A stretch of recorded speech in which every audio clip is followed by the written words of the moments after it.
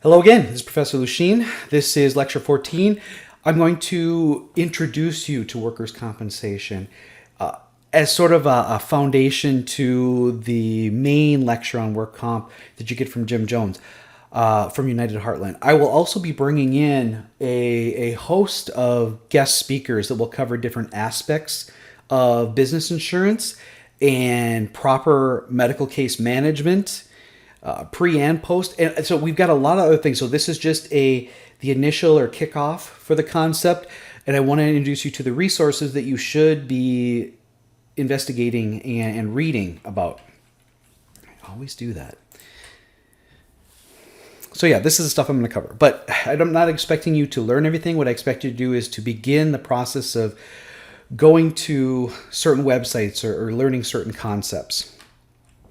In many ways, workers' compensation is termed the exclusive remedy. Employers aren't held liable for workers getting injured, and the workers can't sue, but they get their medical treatments covered. And if their time away from work exceeds a certain number of days, they start receiving wage replacement. If they require physical therapy, occupational therapy in order to get back to work, that's covered. Any sort of expenses involved with driving to and from that treatment, up to and including they may get college reimbursement if they have to be retrained, or if they die, there are death benefits to the spouse, to the kids, and things like that. Workers' compensation is a state-operated law, which is important to note. It's different from OSHA. There's federal OSHA, and then the states have to prove that their programs are as stringent or more stringent than the federal to have the state programs. But work comp is a state plan. In Wisconsin, the workers' compensation is enforced under the Department of Workforce Development, DWD, as you can see on the screen. And if you'd like to see the Wisconsin work comp regulations, they are stored under Wisconsin Statute Chapter 102. That's available to you. Work comp insurance is similar to other forms of insurance, which is a shared liability. So a policy is written to cover potential losses, possibly up to a certain point, under certain conditions, given an annual premium. Or sometimes you pay it biannually, depends. The insurers consider the risk involved with the potential of it having. That's how they set the amounts. So, for instance, if you're a certain age group or a certain gender, you may pay more for vehicular insurance. If you're a business in a certain place, you may pay more for earthquake insurance or flood insurance, things like that. So depending on the conditions that could affect you, that's how they gauge or set the price points for how much you pay in a premium. So you pay a premium so that they share the liability. If something bad happens, then you file a claim in order to receive coverage or payment for those losses. I hope that makes sense. We'll be using a lot of different terminology as we go through here.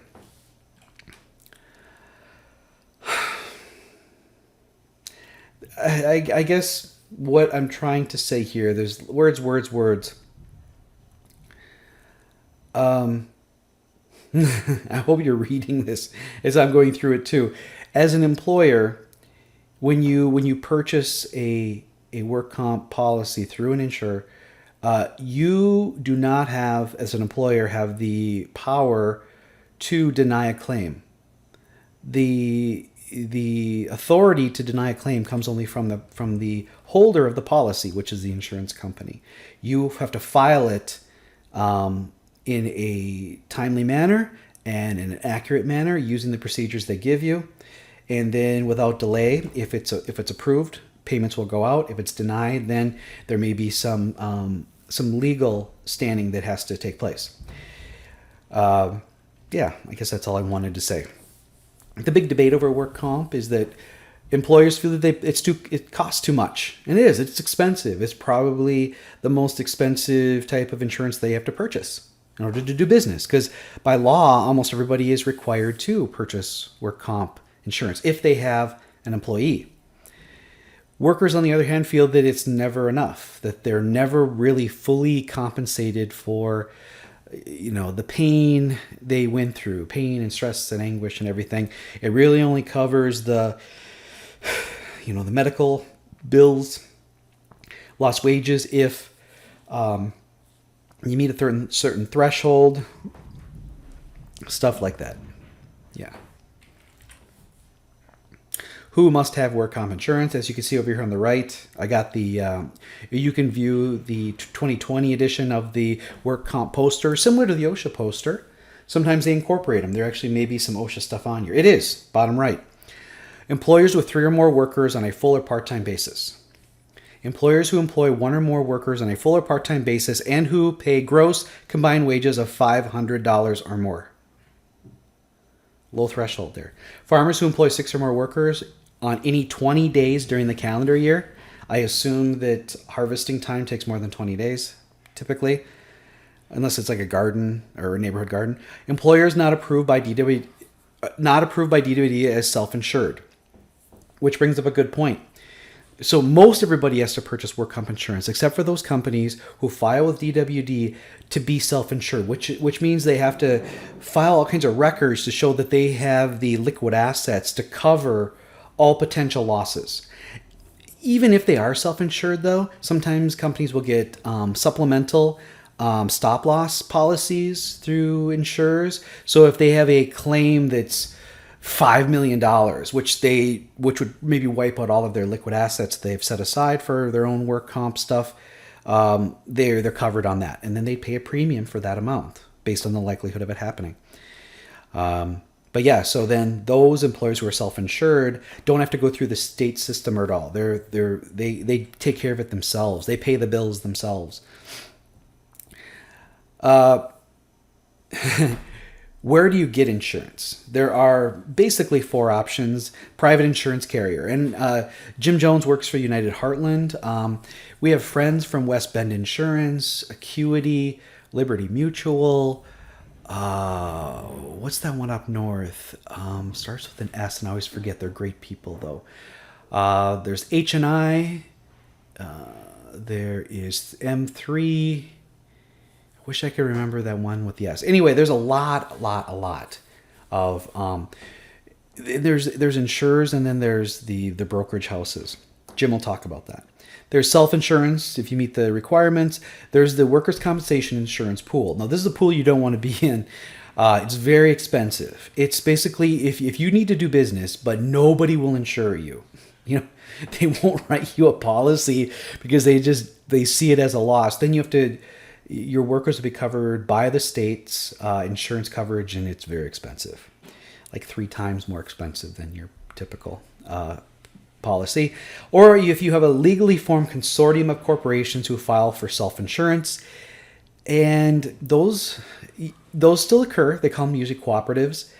But if you remember the 35W bridge that collapsed in Minneapolis, maybe it's 15 years ago now, there was a consortium working on that job site, and they got sued to the Jesus belt, and so those consortiums kind of went away because that sunk every other company that was in that group.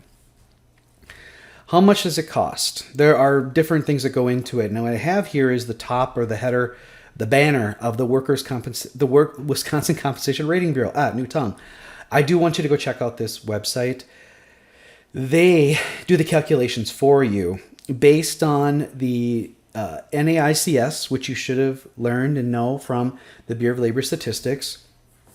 And then there are class codes. So each classification of employee has a class code, and that class code has an amount attached to it, which represents how much a premium has to be paid in Wisconsin per 100 payroll dollars. So Jim will give some good examples, like a professor at University of Wisconsin-Whitewater. I think our premium is 19 cents per $100 or something like that. That the university has to pay. I don't even think it's that much. Maybe it's only like 3 cents. I don't know. Off the top of my head, I can't remember.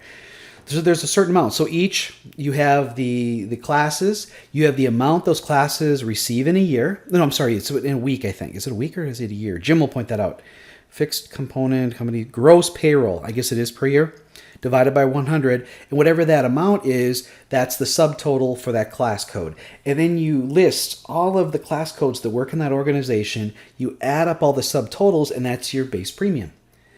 Then your base premium, you apply the experience modification rating, which either will increase or decrease or possibly keep it the same. And that's what your annual adjusted premium is. Jim will talk about that again. Yeah, I'm gonna skip this for Jim. Jim will talk more about the experience modification. That's actually a big part of his presentation. That it's a complicated equation that I'll show you in one of the attached documents. We're already at 11 minutes. And 3 years of claim experience are plugged into this equation, along with 3 years of what history expected in claim payments, some other, numbers to make sure that the insurance companies still make money, and then it tells you what your modification rating is. And that's whether your base premium is going to go up or it's going to go down as you're adjusted. So if you have a really great safety program, because you haven't had a lot of claims or the claims have been low, your EMR will go down. And that is multiplied against what your annual premium is. So if your annual base premium is, let's say, $200,000 and your experience modification rating is, say, 0.5, you would pay half of that. That's a big financial advantage, is it not? No, but it's lagging. It's lagging from what is paid, today, tomorrow versus what you'd pay in the future, because the EMR is based on a 3-year period, not including the current or the previous year. Because things that were filed as claims in the previous year, there's still some that are open. And they'd rather have as many closed as possible to getting an accurate depiction of what your full claim profile looks like. Jim will talk about that. Here's the equation. You can visit these 2 websites to get more information about this EMR equation.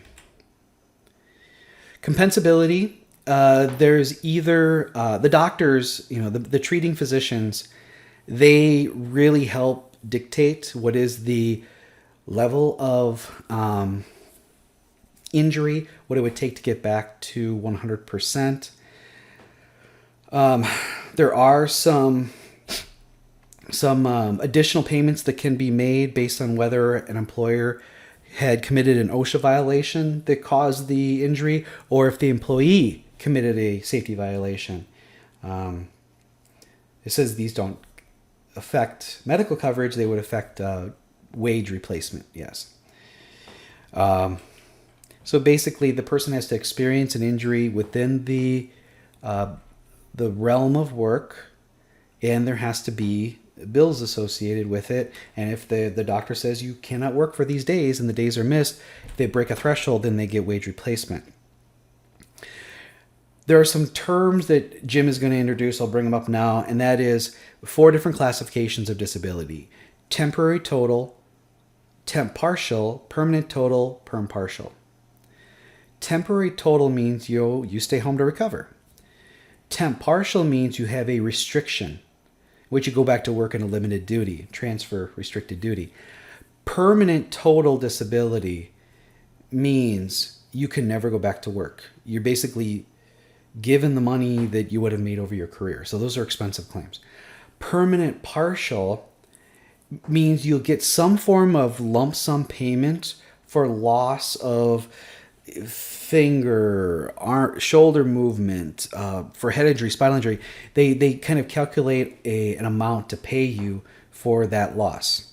And there's a chart or a table that helps you dictate that. So the medical payments are made directly to the hospital bills, the insurer, and the insurer basically pays it as long as the claim hasn't been denied. Wage replacement incurs, you get 2/3 of your wages, but they don't take out taxes, so it kind of evens out. After 3 days off, and it's based on a 6-day week, Jim will talk about this, you start receiving wage replacement. If you're off for over 7 days, then you can recover the initial 3 that you didn't get. Those initial 3 days missed are meant to be covered by sick leave. But yeah, that's the wage replacement.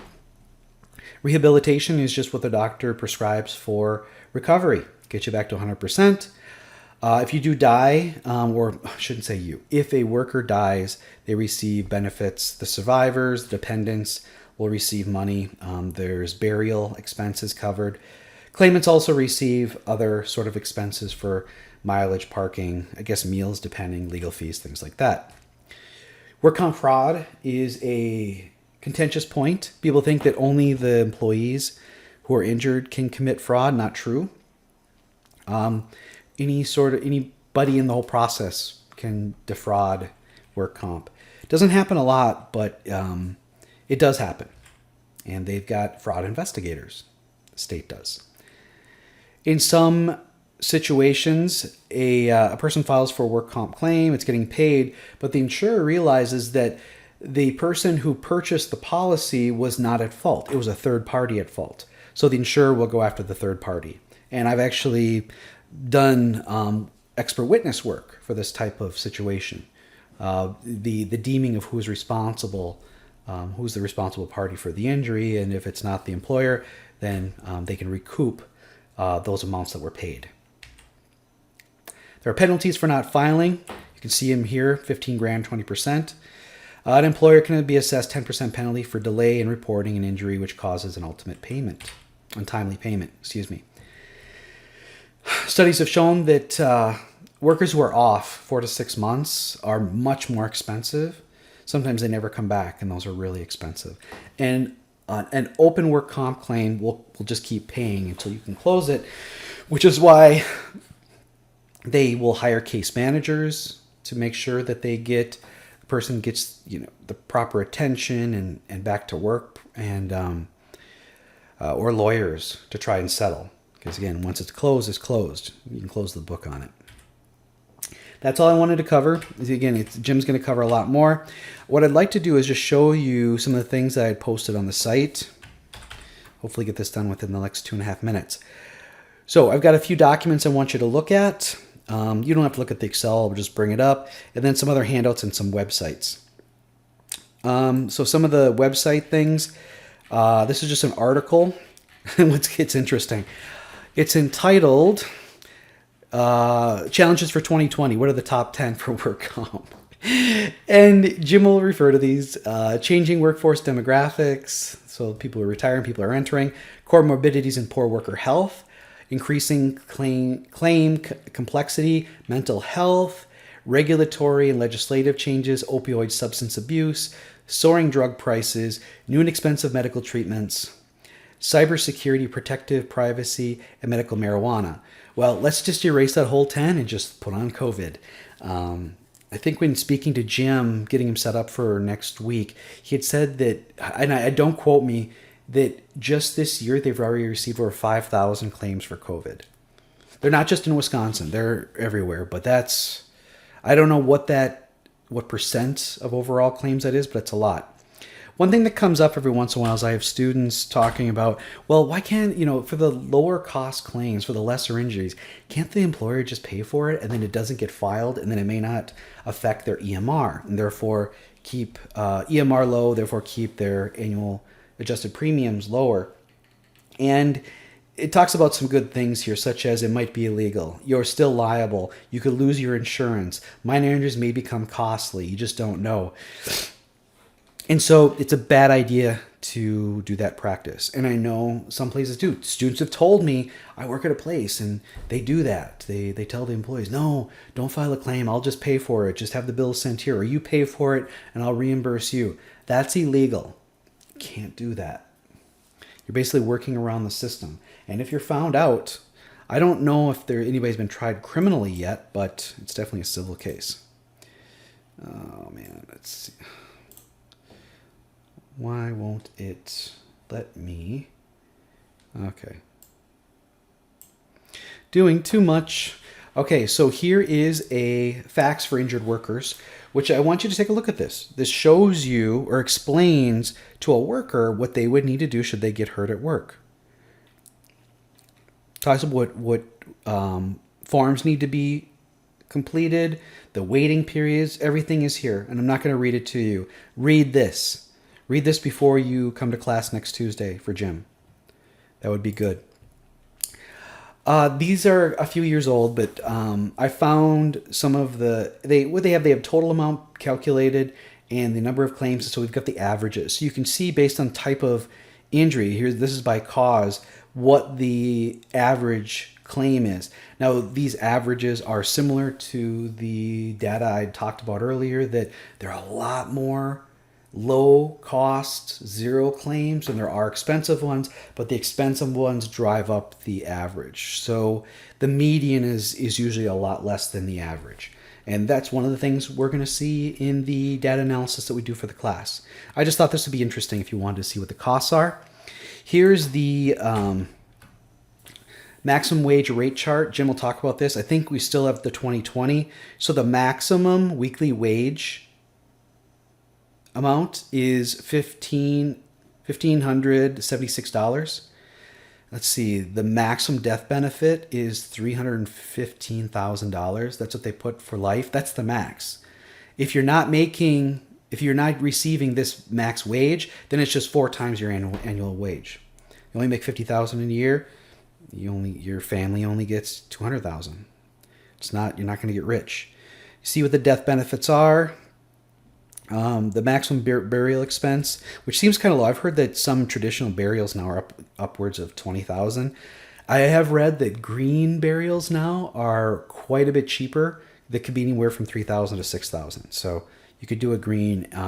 I guess cremation is also cost effective, though. Yeah, I think you could probably get that done for under $10,000 too. I only know because I have a student looking into that right now. Payment into state fund. So these are just some of the numbers. The Excel sheet shows previous years, I think all the way back into the 50s and 60s. I don't even have it. Oh, I do have it open. It's an Excel document. You can see what all these maxes were going all the way back to September 1st, 1911. Oh, Jim might ask that. What was in what year was the first work comp law written? It was 1911 in Wisconsin. I believe it was Wausau Insurance. They were the first ones. Yeah. Interesting. All right. We just looked at that. The state of Wisconsin, the Department of Administration, Bureau of Risk Management, they publish state worker, which state is the biggest employer. And so they've got their comp claim stuff here. Comp claims are paid through, I think, taxpayer dollars, if I'm not mistaken. And it's just kind of interesting. So they have the same issues that private industry has. And they just kind of show some of the numbers. If anybody's going to be doing an internship, Jake Lowell at the Bureau of Risk Management takes on internships from time to time. Great guy, great mentor. I really like Jake. He's a good guy. And I think he went to Whitewater too. So you can take a look at that. And I think the last thing I want to look at is the Wisconsin Experience Rating Manual. So I went over it very poorly in my presentation. And here you can see what all the concepts are. I believe the equation is somewhere here at the beginning, and then it explains. Here it is. And then it goes into explaining what each one of them means. Probably the most important is this 70% for medical only. So you pay $5,000 for something, only 70% of that goes into the equation. Same thing for the excess. So there's primary and excess. Thought the primary went up to 10,000, but maybe they dropped it to 5. I have to ask Jim. He knows. He knows all. He tracks all of the legislation on it. Because there were some pretty big changes to work comp here in the state a few years ago. Yeah. So take a look at that as well. That's all I have. I'm sorry to go this long. I wanted to be more brief, but this is just to lay the foundation, just give you some ideas, some of the basic concepts of work comp before we get into it. We're really going to be discussing it over the next 3 to 4 weeks with a lot of guest speakers. So let me know if you have any questions.